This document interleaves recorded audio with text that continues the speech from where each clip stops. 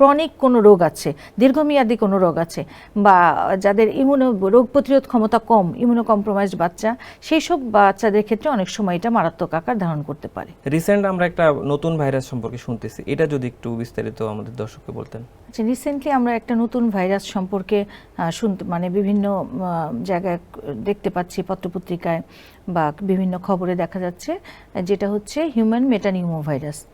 এটা আসলে আমাদের পার্শ্ববর্তী দেশেও অনেক কিছু মানুষ আক্রান্ত হয়েছে, আমরা খবর পাচ্ছি। কিন্তু এই ভাইরাসটা কিন্তু আসলে নতুন না, এটা কিন্তু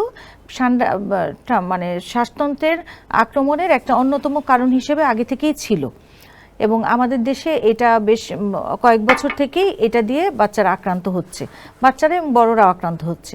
কিন্তু এটা কিন্তু নর্মাল, এটার সিমটমগুলো নর্মাল, সাধারণ, আমরা যে সাধারণ ফ্লু যেটা বলি, জ্বর, হালকা জ্বর, তারপর আপনার নাক দিয়ে পানি পড়া বা কাশি, হ্যাঁ, এই টাইপের সিমটম নিয়ে কিন্তু এই ভাইরাসটারও এইরকমই সিমটম।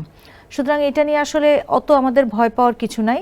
যদি দেখা যাচ্ছে কোনো কারো যদি বেশি অসুস্থ হয়ে যায় বাচ্চা, তার অনেক বেশি জ্বর থাকে বা শ্বাসকষ্ট থাকে, তখন তো অবশ্যই আমাদেরকে চিকিৎসকের শরণাপন্ন হয়ে সেই অনুযায়ী ব্যবস্থা নিতে হবে। মানে এই ভাইরাসটা আসলে কতটা ভয়াবহ এই ভাইরাসটা আসলে এখন খুব বেশি ভয়াবহ রূপ ধারণ করে, এটা কিন্তু কোনো মৃত্যুর খবর তেমন পাওয়া যায়নি।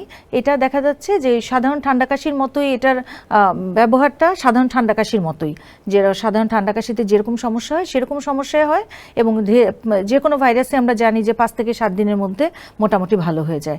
কিন্তু কিছু কিছু ক্ষেত্রে, যেমন যেসব বাচ্চা একটু ছোট বাচ্চার ক্ষেত্রে, বা যাদের আগে থেকে অন্য কোনো অসুখ আছে, হয়তো তার হার্টের সমস্যা আছে, তার অন্য কোনো ক্রনিক কোনো রোগ আছে, দীর্ঘমেয়াদী কোনো রোগ আছে, বা যাদের রোগ প্রতিরোধ ক্ষমতা কম, ইমিউনো কম্প্রোমাইজড বাচ্চা, সেই সব বাচ্চাদের ক্ষেত্রে অনেক সময় এটা মারাত্মক আকার ধারণ করতে পারে।